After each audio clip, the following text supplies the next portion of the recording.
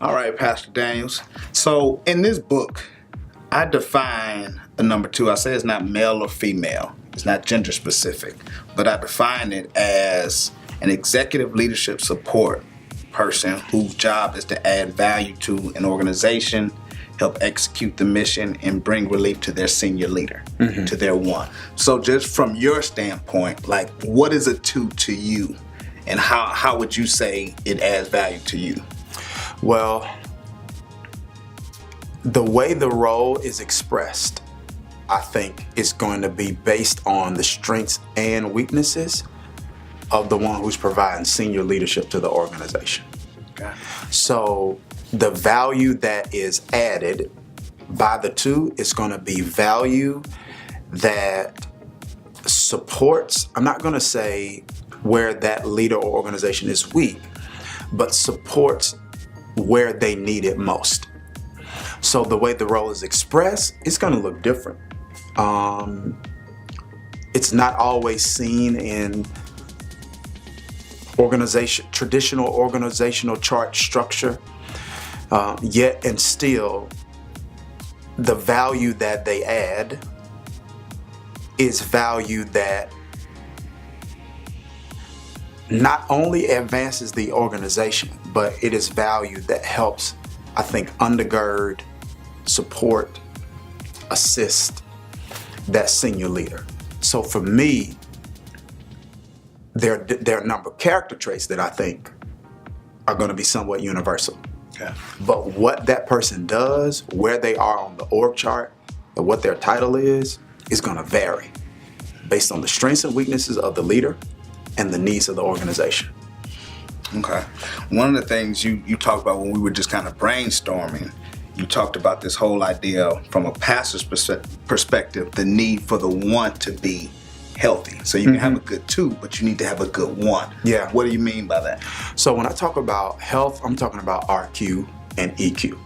So your emotional intelligence and your relational intelligence. Now, in my context, I would also, because I'm a pastor and I lead a church, I'm also going to talk about spiritual health, because I think your spiritual health it's like if you're working out, it's your core, right? And so the strength of a person's core physically affects other aspects of their body. So your core affects your back, it affects your legs, etc. So I feel like a person's spiritual health, their character, is the core. But to answer your question, practically speaking, I'm talking about one has to be emotionally healthy.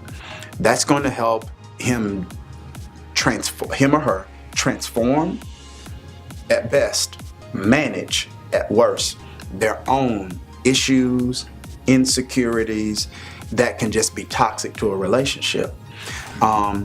Because if a two is really adding value, they're going to be bringing gifts to the table you don't have. And you have to be emotionally healthy enough to be secure with that. And this is important, particularly in religious contexts, leaders have trouble with that. With this, you have to be emotionally healthy enough to share influence. To know that if this person brings gifts to the table and they add value, they're going to have influence. And you got to be willing to share that. So emotional intelligence and also relational intelligence, so that you properly know how to manage a relationship. I think everybody is intrinsically equal. We're all equal in the eyes of God. We all don't bring equal gifting and equal value to organizations. That's just a fact. And when you have something rare, when you have something that is not easily replaceable, you have to relate to it that way. And that's what I mean when I say a one has to be healthy. Okay. You mentioned the need to value them more than the gift. What do you mean when you said that? I think we can unintentionally, when I say we, I mean senior leaders, can unintentionally exploit the gifts of those who bring great value to our lives and to our organizations by caring more about what they bring to us than how the person is actually doing. So again, I'm a pastor, so I'll use a religious example. An example that is somewhat normal in a religious context, but I think it applies in every context, religious and non-religious. I know the religious community learns a lot from the secular community. I feel like the secular community can learn a lot from the religious people, from the religious community, on how to actually motivate people to engage and to be involved without the only motivation you have being a paycheck. I really think that's the key to actually retaining good talent. And it isn't just pay. It's how people are treated. And I feel like, even from a practical perspective, as a religious leader, my first responsibility is to be concerned about your own growth and your own development and your well-being as a person. Practically speaking, that also affects your performance. And so if my priority becomes caring for a two and not just what a two brings to the table, then everybody wins. The two wins because the two's in an environment where they feel like they're cared for and not just being used, and they're growing. And the organization wins because the two is actually bringing their best self to the organization. That's good. You said, and I'm quoting you on some of these things, becoming a leader that has character they can trust, but also a commitment to your own growth so that you never become irrelevant for them. And you were talking from a one. Your commitment to your own growth, so you never become irrelevant for your two or your three. Yeah. So I think it's what John Maxwell calls the law of the lid. That basically an organization will never outgrow the lid of the leader's leadership acumen. And so I feel like that practically applies to what we would call a number one leader relating to a number two. There's this saying that I've heard before: nobody wants to follow a parked car. And so when you have someone who is interested in evolving and growing and developing, and they are stuck behind someone or working with someone who is not expanding, not growing, not developing, you're really setting yourself up for an appointment with frustration. Like, the one has to have a commitment to grow. Otherwise, I don't think they'll be in a position. If the two is growing, they won't be in a position to help the two. They won't be in position to lead the two. And they won't be in position to actually partner with the two in carrying out the mission of the organization. You said that you would talk, if you were writing this, you said you would talk from a pastor's perspective, how the absence of proper support is most leaders' greatest challenge. Yes. What do you mean by that? I mean that philosophically, not just from a religious perspective, but I think this applies in the world in general. And that is that it takes teamwork to make the dream work. That all of us have various gifts and talents that fit together like pieces of a puzzle. And if the vision is a picture, you need if vision is a picture, you need all of the pieces of the puzzle to kind of come together for the picture to come to fruition. And I feel like many leaders, at least that I've been exposed to, really have trouble finding people who are competent enough, have the character, have the chemistry for the organization, yet are clear enough on who they are as a two to be that missing piece. So I kind of feel like ones cannot effectively give their attention to the things that they should give their attention to. Ones can't give the organization the highest and the best use of themselves if they are not properly supported by twos who are able to care for those things that can be somewhat of a distraction for the one. And I feel like just finding someone who is competent enough to do that is a challenge for many. But two has the character that you can trust is also difficult. But then 3 has the chemistry with the organization. They're relating well to people. They're putting out fires, not creating them.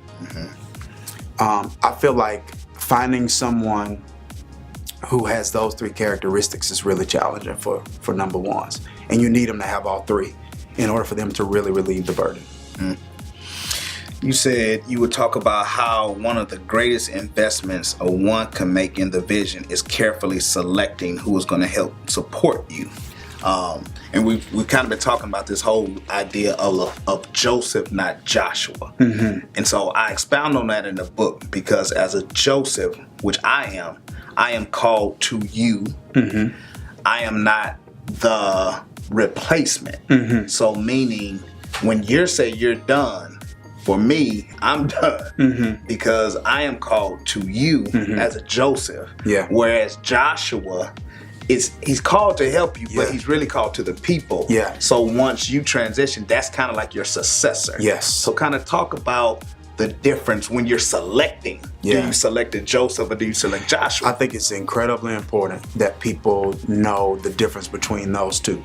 Those are 2 biblical characters who both served in support roles, one for a lifetime, the other for a season. Joshua was Moses' successor. He was a successor. Joseph was one who had the ministry of support. And I think that chaos, conflict, and sometimes catastrophe happens when a guy needs a Joseph and he picks a Joshua. I think you have to know the season you're in the life of the organization, because there will be a time where every leader is going to need to find the Joshua. And the Joshua may or should function in some support role so that he can actually learn the responsibility and know what it feels like to carry the weight and bear the burden of leadership. So I get that. But Joshua is going to have a different type of ambition than Joseph. And that ambition is only going to be able to be harnessed so long. And if they aren't healthy, it's going to come out in toxic and sometimes disruptive, potentially divisive ways. Whereas a Joseph has a different type of ambition, and the ambition is not for themselves. The ambition is for Pharaoh's dreams. And that's what they feel called to. Joshua has his own. Joseph doesn't. Does that make sense? Right. Yeah, Right. Joshua has his own dreams. Joseph's dreams about the dreams of others. He interprets the dreams of others. And I think every leader has to determine what discernment tools and what discernment process am I going to put into place to help me see who I think this person is. Because some people, I see this so frequently in religious settings, I'm going to say most people are confused. Yep. And they think they're Joshua and they should be Joseph, or they're really Joshua and they think they're Joseph, or they're Joseph and they feel like Joshua. And so what has to happen is a senior leader should not make a decision based on a number 2's perception of who they are. You got to make that decision as a number 1 based off of your perception of who they are. We did at our 180 conference last year, we were talking about 2020 vision. And so I take some of that concepts and even put it in the book, because I talk about you have to be clear on who you are. So when you're clear on who you are as a senior leader, and then that too has to be clear as well. But how do you get the clarity? Because you're saying you need to discern what I am. What does that look like? Because first you got to understand you are a Joshua. So you have to be very clear that you're Joshua. I know personally who I am. I know I'm a Joseph, but what are some things that people can do to figure out who they are? In a support role, how would a person say, okay, I'm a Joshua, or I'm a Priscilla and Aquila. I'm a good Barnabas. The first thing I want to speak to with that is that it is possible for people to experience evolutions.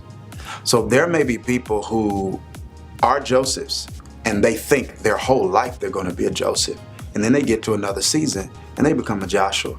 And there are examples, particularly in religious settings across the country, where that is taking place, where people are in senior leadership roles who had no aspirations to do it and who didn't think they would ever become that. So I want to be clear on that.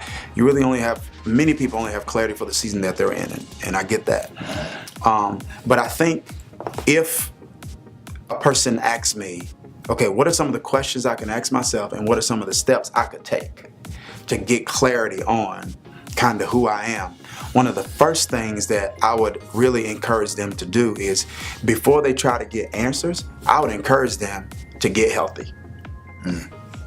I would say you would need to read Emotionally Healthy Spirituality, and you would need to put into practices the principles in that book. I would say you would need to go through some degree of grief recovery, because you've experienced loss in some way, and that impacts the way you interpret God's calling on your life. I would say you would need to read Emotional Intelligence. Getting healthy is a step in discerning who God's called you to be, because your needs very often scream louder than God's calling. I've seen that. People's needs for affirmation, importance, scream louder than God's calling, and they can confuse it with God's calling. So that would definitely be the first step. Then I would say, once you've done that, then you're able to be honest with yourself about, just frankly, what are your passions? Like, what are you passionate about? Are you passionate about supporting, or are you passionate about leading and initiating and mobilizing and building and gathering? I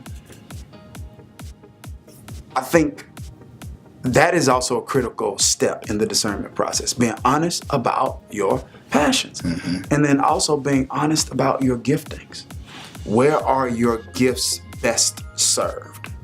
Now, what I mean by that is, if someone, let's say for example, if someone has a management and strategic gift, what we would call in religious circles a gift of administration, right? If someone has those kind of gifts, that doesn't mean that that person would be a number two.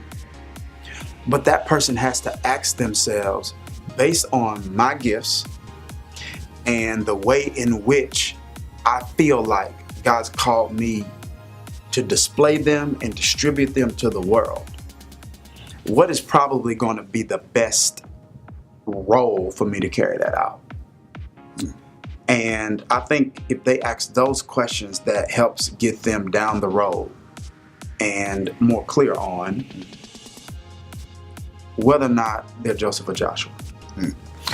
Years ago, this had to be back in the early 2000s. So me, Odell Dickerson, with New Psalmist, who serves as the number 2 for Bishop Walter Thomas. Derek Nobles, who now he kind of the first assistant over Full Gospel. He is Joseph Walker. So we sat in this hotel and we were just talking about this concept years ago. And one of the things that we were talking about was the need of having a network or some type of something for individuals who got into these roles like us, like needing support, needing encouragement, needing training, needing these types of things. And one of the things that we talked about was all of our hearts were like, we were sad to see great number 2s jump out of it to become a 1, and they became average. From your standpoint, from a pastor, because I mean, you can see that in other circles, you can see that with some of your sons and daughters in ministry or whatever. What have you seen in that where you say like, wow, this person was a great assistant, a great associate pastor, a great COO or whatever, but because of different reasons, ambition, pressure, boredom or whatever, they jumped out Yeah. and became a senior leader somewhere, and then you just never hear about them. Yeah. So one, I've seen that happen a lot. Two, it's a very sensitive, hypersensitive, and controversial subject. Because people have different ideas on what success looks like.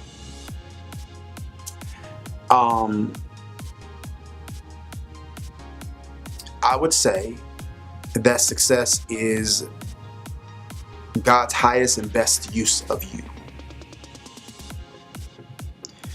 And with that being the case, I would argue that if you step out of something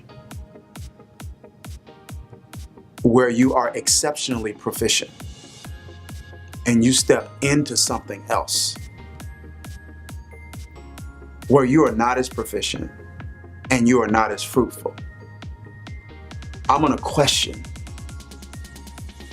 very unapologetically whether or not God led you to do that.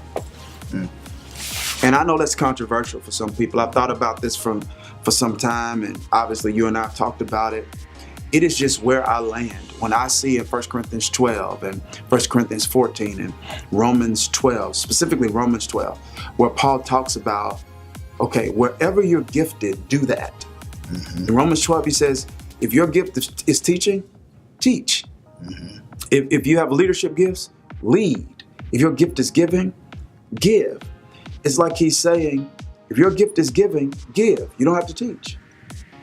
You know? Right. And so I think, I really do. I really feel like God will never call us away from where we are anointed the most. And I feel like very often, some of the variables that you mentioned contribute to people doing it. Offense. People don't talk a lot about this. Boredom. Yeah. I think sometimes we think monotony can't be God. You know? And I think sometimes when things are feeling monotonous and you're bored, it doesn't mean that you should stop doing what you're doing. Sometimes it means you should be doing more than what you're doing. And doing what you're doing in a different way, right? So it's like, so if someone's a number 2 and they want to step out into the role of a senior pastor and they don't have really senior pastor leadership gifts, they don't have teaching gifts, they're not a builder, they're not a gatherer, they're not a developer, right? Because it's one thing to manage what someone else has built. It's another thing to be able to build that yourself. And I think a lot of times people step into, and we talk about this a lot, they step into, particularly in the church, pastoral roles, because the only paradigm for pastoral ministry here in America is the traditional senior pastor role. Right. Whereas the biblical word for pastor means shepherd. And sometimes that sense to call to pastor that people feel is a call to shepherd. But it's not to shepherd as a senior pastor. It may be to shepherd other 2 people. Right. It may be a tribe of people that you're pastoring and that you're shepherding. It may mean evolution from a staff role, to some entrepreneurial exploit. We're not saying that people have to stay stuck in the structure of an organization their entire life. We're just saying that when you step outside of where God has gifted you greatest, God is not probably the one ordering those steps. That's just what it is. And and I know that's kind of tough to hear, but God's not going to call you into something you do worse. Right. Because you sit in a very unique seat. I mean, you're one and you're senior, but you're also apostolic. You're an apostolic father.